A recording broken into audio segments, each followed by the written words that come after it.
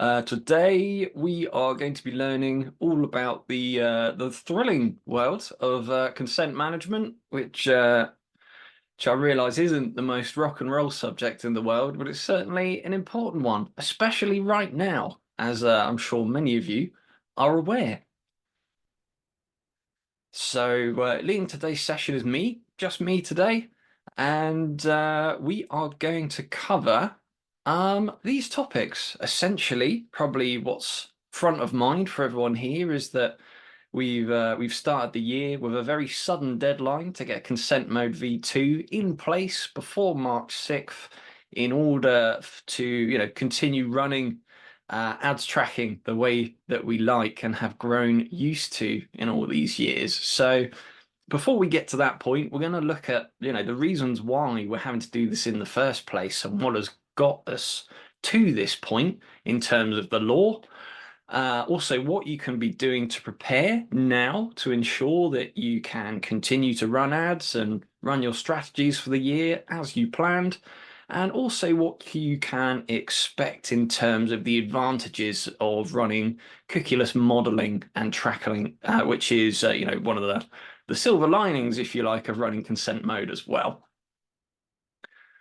So we're going to start right at the beginning. The bits of law responsible for all this consent stuff in the first place. And I'm just going to caveat up front, I am not a legal expert. Do not trust me for legal advice. If in doubt, do speak to a trained professional. But as someone who's got a lot of experience, with ads and analytics and consent management platforms and also integrating them on behalf of our clients, these are the things that I've picked up along the way.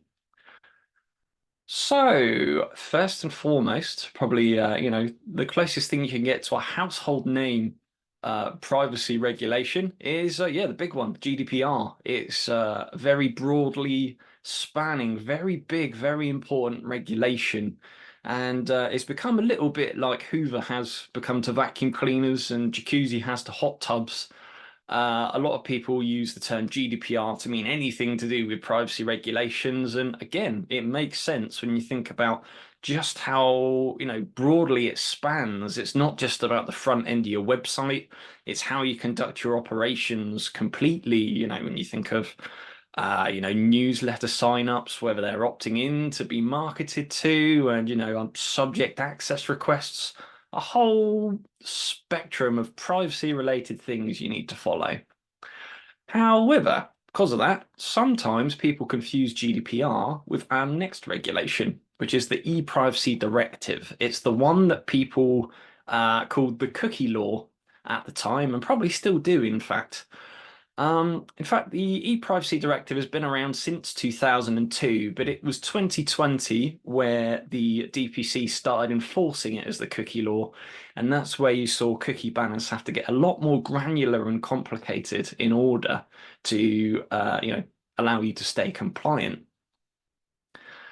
As you know, on the subject of complicated cookie banners, I'm sure you know of plenty of sites where it seems like opting out of cookies is a bit of a challenge in itself. In the way that you have to click so many different sliders. It's a bit it's a bit naughty on behalf of the sites that are running that. We have now got the Digital Services Act, which again, a bit like GDPR, building upon GDPR, is very broadly spanning.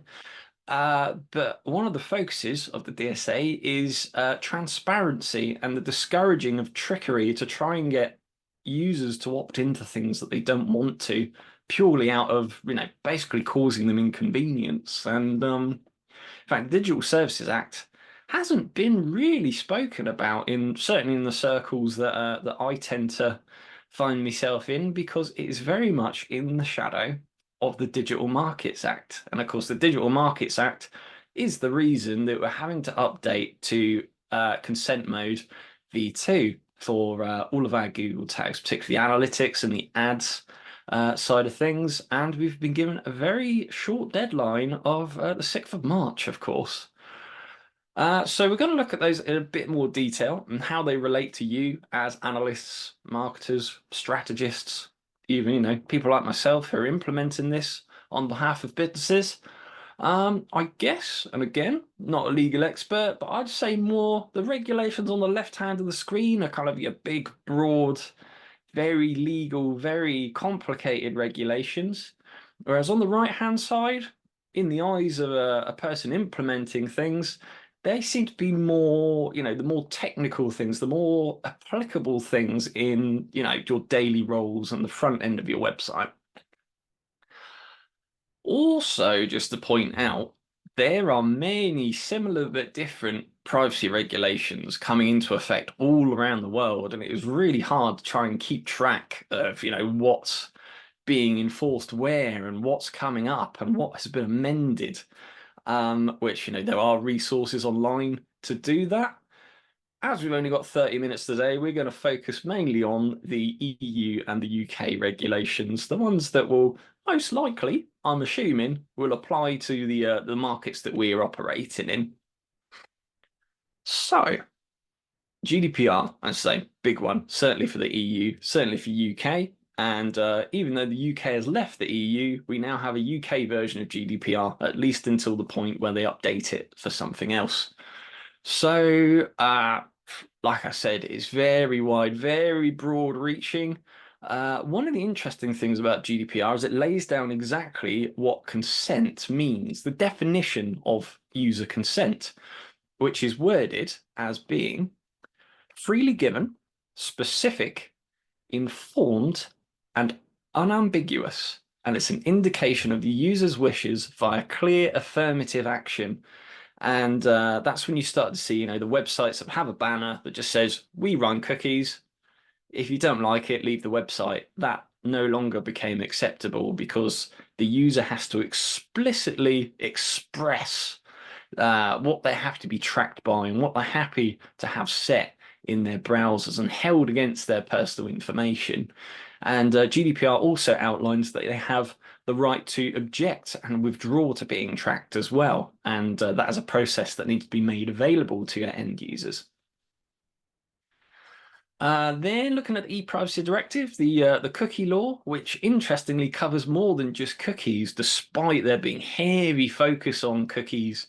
Particularly, even the term the cookie banner, all the wording is around the types of cookies being set, but actually covers, all kinds of information you can set on a user's browser, like local storage keys and session storage keys, for instance, which are a little bit like cookies, but stored in a different place. So, initially, that was seen as a bit of a bit of a workaround for people until they realised actually that is part of the regulation as well. So, with things like intelligent tracking prevention, local storage and session storage has very much been clamped down on as well. It also introduced the concept of having cookies grouped by categorizations that outline their purpose as well, which is why if you are compliant, your banner will allow users to opt in and opt out separately of, say, analytics cookies and marketing cookies and secondary functions and social media cookies on your website. We've then got the very recent Digital Services Act. This is, again, a broad one, focusing on transparency and online safety, how platforms deal with illegal content on their platforms, and also the phrase, which has been around for a while, dark patterns, and that would be the trickery in trying to get people to opt in despite what their initial wishes. So it could be something like making the reject button on your cookie banner a really dark color and the accept one a really bright color to try and persuade people just to click the most obvious thing, or say obscuring the reject all button by putting some other element like a pop-up or a newsletter subscription box in front of it to make it really hard for them to use. That is now a lot more heavily scrutinized under these regulations. And then the talk of the town, the Digital Markets Act. You've got the introduction of gatekeepers, so Google as a giant processor of data and other similar giant processors of data are now being held to stricter standards. And as such, the tracking that their products and their platforms are doing also need to have some stricter requirements applied to them. Hence why we've got Google Consent Mode V2 and the additional parts that they add to the tracking to declare that you have got consent from the user to track them explicitly. Or alternatively, that you haven't and not to track on the other side of the coin. So I've probably said it at least 20 times now, but Google Consent Mode, of course, that's been out. I think it was since 2021, at least when it was in beta. So we've had it for a few years in its version 1 form, and now we are having a very rude awakening, very rude transition into the version 2. So again, to explain that, let's have a look at consent mode in general, because I realize there might be people here that have run the version 1. And there might also be people here that are, have opted not to use it before, but now have to use V2. So this, unashamedly, is a slide that I've nicked from Google, which explains what Google Consent Mode is. So essentially, you are indicating the level of consent that a user has granted when they've landed on the website, when they've interacted with your cookie banner, and that will instruct all the Google tags that you're firing on your website as to how they should be behaving in relation to that consent. Should they be tracking in the traditional way, all guns blazing, if you like, or should they be tracking not at all, or should they be tracking sort of on a skeleton basis, just doing basic cookieless tracking? Also, cookieless tracking, I just mentioned, is one of the first major selling points, if you like, of Google Consent Mode. When people opt out of being tracked by cookies, traditionally in the past, you would have had no indication of what they did on your website, and that would create a gap in data. In fact, those that have been in the industry a while might have noticed when they got a fully fledged consent management platform integrated with their site, they had a look at their reports, and the users and sessions took a nosedive, and it caused a lot of people to panic. That was the reality of things back then. But Google's cookieless technology has come along since then, and it looks to fill some of those gaps up, either via basic tracking or modeling based on the basic tracking when compared to all your users that have been tracked via traditional means. And they reckon that if you use their cookieless modeling, it is able to recover around 65% worth of data that would traditionally be lost to those that have opted out and have gone dark, if you like. So V1, the main parameters that came with it were ad storage and analytics storage, and they would switch between granted or denied based on a user interacting with those sliders on the cookie banner to say whether or not they were happy with analytics cookies being served and ads cookies being served. So very, very simple. Two things relating to a group of cookies. So to put that another way, in a bit of a flow diagram to represent the user journey, user lands on the website, they can either accept marketing analytics cookies or deny them. What happens then is that consent mode will then output the result as part of these dimensions to say whether these services have been granted or denied. And then what would happen is that if they've been granted, if they've accepted cookies, it would just track as normal. But if not, it would track via cookieless methods, sending what's called cookieless pings to the system, routed via cookieless domains. So you wouldn't get the fully fledged reports that you would from traditional users, but you would get basic information, and that would help that cookieless modeling, which we'll get into a little bit later. With version 2 of consent mode, we had a few additions added to the parameters, which is add user data and add personalization, which sounds very ads focused, which indeed it is. So not just is the user happy to be tracked by ads platforms, products, tags, bits of tracking, but also they're happy to have their user data used by Google Ads. So if you think about things like customer match audiences and enhanced conversions that use, a user's personal details in order to, help the smart bidding look for people just like them in the future, users are now able to opt out of that processing. So they can be tracked by ads, but not have their data used. And similarly, ads personalization, which covers things like, remarketing, something, that fundamental remarketing, which is probably a big part of your ad strategy, can now be opted out of separately by the user. So that's quite revolutionary if you put it that way. So the user journey would now look like this, very similar to V1. Come to the site, accept or reject cookies. The parameters would update accordingly, and then they'd either be tracked by traditional methods or cookieless methods. And you might have noticed here in the middle of the slide, I put V2 Advanced, and that's because version 2 comes with two different installation options. Advanced is basically the consent mode V1 that we know and love, have grown accustomed to over the years. But now they're also offering what's called V2 Basic. So if a user rejects marketing analytics cookies, they simply aren't tracked, just like the old days, in fact, before consent mode. And I think they brought out V2 Basic especially for particular clients and websites. So if you haven't yet run version 1 and you just need to get something in there quickly before the deadline to continue marketing, this is ideal. It could be good for those that work in sensitive industries like, finances or healthcare. There might be legal implications to running cookieless tracking. And for that, I'd very much recommend speaking to a legal expert about, because I cannot instruct you about that explicitly.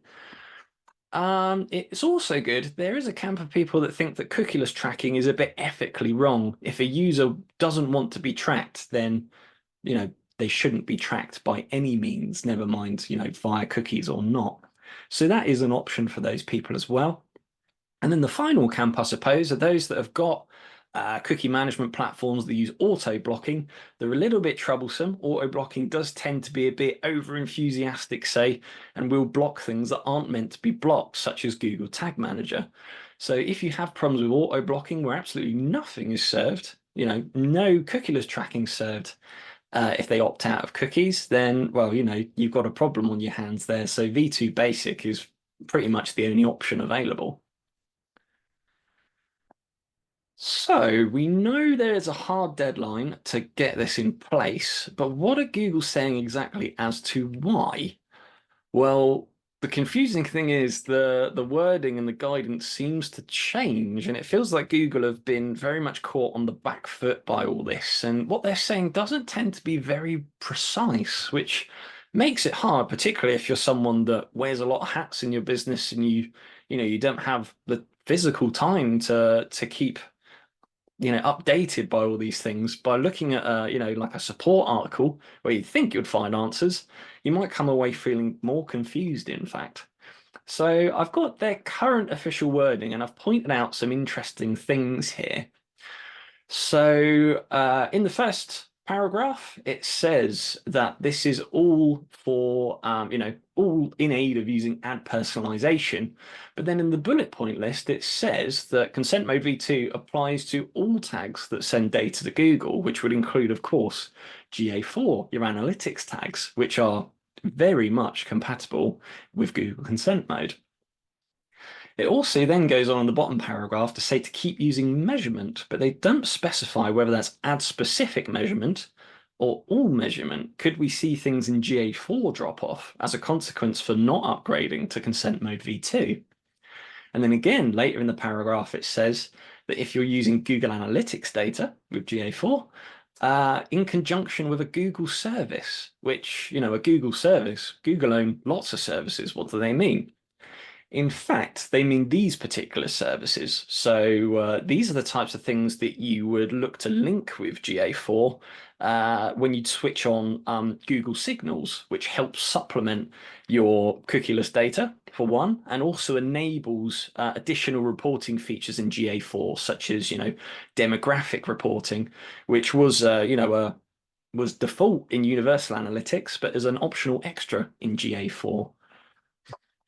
So if you think that, because Google Signals, you need to update your privacy policy, make sure that your website complies to additional terms to run that, because it's essentially referencing data from a user's logged in Google account. So if they're logged into Chrome or an Android phone, or they're logged into their YouTube account and then click an ad, it can access, their history essentially of what they've been doing on all these services. So it makes sense that Google Signals is a bit of a a regulatory highlight, something to highlight, something to get cleared up before you start running it on your site. You might think that if you don't run Google Signals, that this wouldn't be an issue. However, if you go into GA4, there's a few new things that's been popping up over the last few weeks, particularly in the measurement stream options. Even in properties where Google Signals isn't enabled, you will find this new section where you can manage your data across the Google services. And all six of these services are ticked by default, but they don't really say what they're doing or why or which should be enabled and which shouldn't. So it's all very confusing, but certainly one to specifically keep an eye out for in the coming weeks, because hopefully it's all going to be explained a bit better. I'm also going back to the official wording as well, because there are a few other confusing bits here, particularly where they seem to swap without differentiation between talking about the EEA, the European Economic Area, and the EU, which are similar but different territories, of course. It seems that, they'll be talking about the EU, the EEA, not too sure which bit of consent mode v2 or, these GA4 features affect which parts, or whether it's both at the same time. Bit confusing. Also, again, going back to earlier in the presentation when we said this new parameter in consent mode v2, add personalization, refers to remarketing. But here they've put add personalization and remarketing features listed out in their things of those affected and must have consent mode v2 in place to continue running. So the differentiation between ad personalization and remarketing, they seem to be suggesting that they're two different things. So it'd be interesting to see exactly what that covers. Right then. So with all of that knowledge, probably, bouncing around your head now, we're going to change gear a bit and see exactly what you can do to be getting prepared for all this, because, we're only a couple of weeks away from this deadline kicking in, of course. So what you'll want to do, and particularly as there will be a few companies that have not been compliant to the previous regulations up until now, and it's only with the threat of ads and analytics tracking being affected that everything needs to be done and rushed through. So there might be like a few years of regulation backlog to all process very quickly. So going to the very fundamentals, the cookie banner on your website, you want to make sure that all the wording, all the functions are around not just assuming what the user wants. They have to explicitly express it. So when they land on the website, don't set cookies right away. Hold those cookies in stasis until the user says that they allow them, which is something that all reputable consent management platforms will do for you. Make sure as well not to use any trickery or any suggestive design to make users try and opt in over not opting in if that is their wish. Again, part of the Digital Services Act recommendation is to make all your buttons just as prominent as each other, which of course might mean that you lose more user data, but then of course ultimately, if you don't comply, you can have your account suspended and your data deleted. So you've got to think about the long term there. Also, you want to make sure that your banner is accessible to those potentially with visual impairments. You don't want to be making it look a bit like a MySpace profile with like hot pink and neon green text. You want to make sure that that is very much a nice, easy on the eye contrast to be working with. There is the option to use a site overlay, so putting up like a bit of a blind so people can't interact with the website until they've expressed their consent. I don't think there's anything in the regulations that say that you can't use that or you absolutely should use that. From a data collection point of view, it is very handy though. What you don't want to do is to have a highly ignorable banner that's very small that people only have to interact with, say, when they reach the checkout stage, because then all of that data that would have been present at the beginning of the session, such as their traffic source or who's referred them to your website. If they accept cookies later down the line, all of that's going to be lost, and you're going to see a lot more direct traffic in your analytics reports. You then also want to make sure, as part of your cookie banner, that your preference center has those cookies categorized and allow them to select which ones they want and which ones they don't. And again, like your top level banner, don't assume. You always want explicit consent to track. You don't want to trick them into accepting things that they don't want, and you want to make that very clear and readable for the user. Something that is often missed is that as part of the regulations, of course, a user has a right to change their level of consent or opt out of what they've consented to previously at any time. So what you'll want is a little button or a link, perhaps in your cookie policy or in the footer of your site, allowing the user to re-summon that preference center and change their preferences, and your tracking should follow that change as well. You also want to detail out all of the cookies that are being used on your website and how those are categorized as well, which, again, if you've got a well-known, reputable consent management platform, it should just be that you can add like a little script into the body of the page, and that will handle that automatically for you and will automatically update each time that you add tracking to your site that sets new cookies. You can scan for that and it will output that once you update the version of that script. So whilst it seems like a lot of admin, hopefully, if you've got the right platform in place, should be easy peasy. And then again, often missed by people, particularly where the consent management platform's been a bit of a slap-up job. What you want to do is make sure that you clear your cookies and view your website as if you were a first-time user landing on the site. Even though it's all well and good having a banner saying what should and shouldn't be set, are the cookies being set on your website following that logic? Because if they're not, you see it where I haven't consented to anything on a website, but all the marketing and analytics cookies have already set and they don't seem to respond to my choices at all. It's a very common thing that happens. So you want to make sure that that's not happening, because this sort of activity is detectable by, gatekeepers such as Google that are keeping a stricter eye on their tracking as part of these new regulation changes. And then, of course, Google Consent Mode, what we're leading up to, you want to make sure that you have that installed either via hard code on your website or via an integration, or my personal favorite, through Google Tag Manager. And there's a really good tag template from everyone's analytics friend, Simo Ahava, that will make implementing Google Consent Mode in Google Tag Manager a lot easier. So that is my top recommendation for the day, let's say. So, in order to make sure that once you've got all your consent logic sorted out on your website and you've got consent mode installed, you want to make sure that it's all working and all of these consent signals, especially the new ones that come as part of the new regulations, are being received by the Google platforms. Again, very recent addition into GA4. When you go in your web stream details, will be this new menu, which shows you whether or not those signals are being received. It's important to note that whilst this is a very simple way of looking at things, certainly very simple way of putting it as well, nice green tick, that's what we like to see, particularly when we're in a hurry. But this will say that the signals are being received, but it won't say if they're, being set in accordance to consent. So for a couple of websites we've seen, despite me going on the website, accepting cookies, consent mode will say that everything is still denied. This menu will say, well, we can see that it's being denied. That's great, but it won't actually point out any problems with, the logic and the setup there.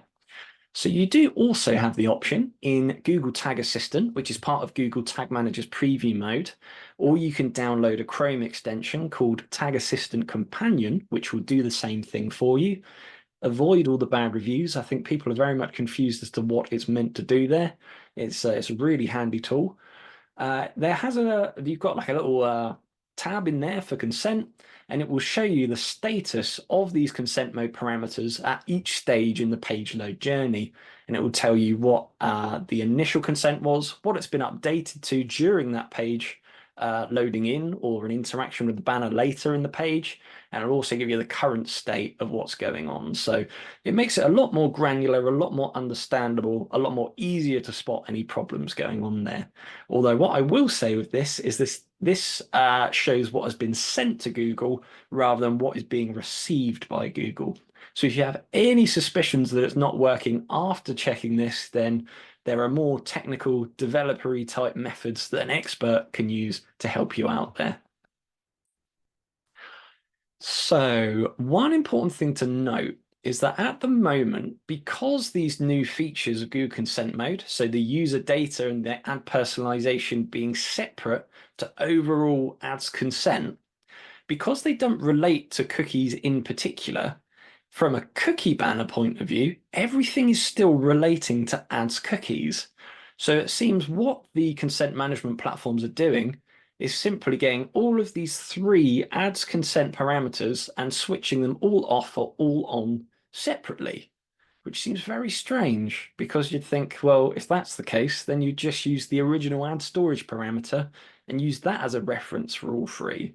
However, I have a feeling there might be some template changes to the cookie banners coming up shortly. So again, that's something to keep an eye out for specifically to see if new sliders are added to allow users granular control of these new features. And then finally, cookieless modeling. Once you've got all of this set up, you've meet the deadline, tracking's going ahead as normal, jobs are good, and this is what you can expect to see if you haven't been running cookieless tracking before. So in GA4, once some processing time has occurred, I believe it's up to 72 days of running cookieless tracking. When you click on that little shield icon to see where the reports are using sampled data, you will get this additional message to say that your reports are including that estimated data that has come from factors such as cookie consent. It's a nice clear indicator there at a per report level, and this will also work in GA4 explorations as well.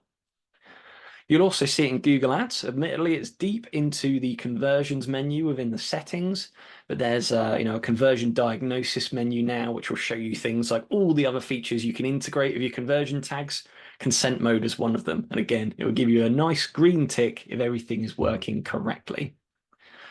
In terms of what consent modeling is based on, Google have revealed that in the back end of Google, in that black box of machine learning and calculations, these are the modeling factors it goes on, particularly at the base level where it's not supplemented by other Google services. So it'd be things like, users' device type, the conversions they're doing, their browser, where they are, what time it is when they perform those actions. It will see the basic signals being fired on a cookieless basis. It will then match them to the users that follow, exhibit similar signals to them, and it will use all of their activity to calculate what those cookieless users are doing. And like I said, it can be further supplemented, your cookieless modeling, by a few things. Google Signals, of course, which will look into a user's Google account for extra insights. And also user-provided data capabilities, which previously you think in Google Ads is things like enhanced conversions, capturing user data upon conversions to supplement that information and give them extra bits of information to model upon. It's very important to note if you enable these, you do have to make sure your site's privacy policy is up to scratch to handle them. And interestingly, even though it seems relevant only to Google Ads at the moment, there are little hints here and there throughout the Google documentation and their webinars that something similar might be coming to Google Analytics. So in GA4, you can enable that for conversion tracking purposes, but I have a sneaky suspicion that that's going to be used for more within analytics in future. So again, want to keep an eye on. And note, if you're updating your privacy policy, Google don't make it very clear. They don't just say, add this paragraph to your privacy policy to comply.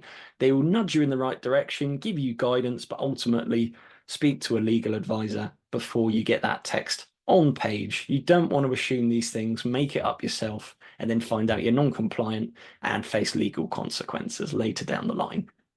So, in summary, check your setups now because there's not much time left to do so before that March 6th deadline. If you're stuck or you're confused or you're in way over your head, which is understandable with all the confusion going on right now, get expert help. Maybe reach out to us here at RocketMill. We will be more than happy to see what we can provide you there. Absolutely. And stay informed. Make sure you're keeping an eye out for these current unknowns because it's likely that either Google or someone else who's clever in the industry will be looking for these answers now and will be surfacing them as soon as they are found. And ultimately, don't assume anything to do with legal practices or regulations. If in any doubt, get legal advice. And of course, I am not a legal advisor, someone cleverer than me. So, thank you very much for tuning in and watching today. Please let me know if you have any questions and be sure to tune in to our next webinar in our series. which will be on March 7th. So right after that March 6th deadline. So we'll probably have a lot of people on the team feeling very relieved after that day. In fact, this webinar is going to be with Lawrence and James, who are two very lovely chaps here on the analytics team. So I'll be joining it because I'm very much looking forward to it. Hope to see you there. Thank you very much. Thank you, Michael. There's just one question that's come through so far, which was, would you recommend, or is it best practice to work with a UX department when establishing like the design of the cookie banner that you have on site, and how would you suggest that's approached?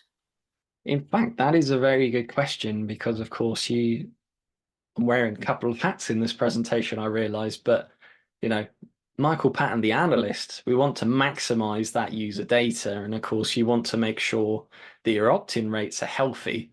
You don't want to be people to be rejecting cookies just because it's the easiest option on the banner rather than they specifically don't want to be tracked. So yes, absolutely. UX teams are perfectly poised to create different versions of banner templates and optimize based on that without crossing the line into breaching regulations there. So typically, how you'd run your typical website A/B test can also be applied to your cookie banner, and that could be done manually, or I know some of the providers do have their own A/B testing modules built in. So yeah, absolutely.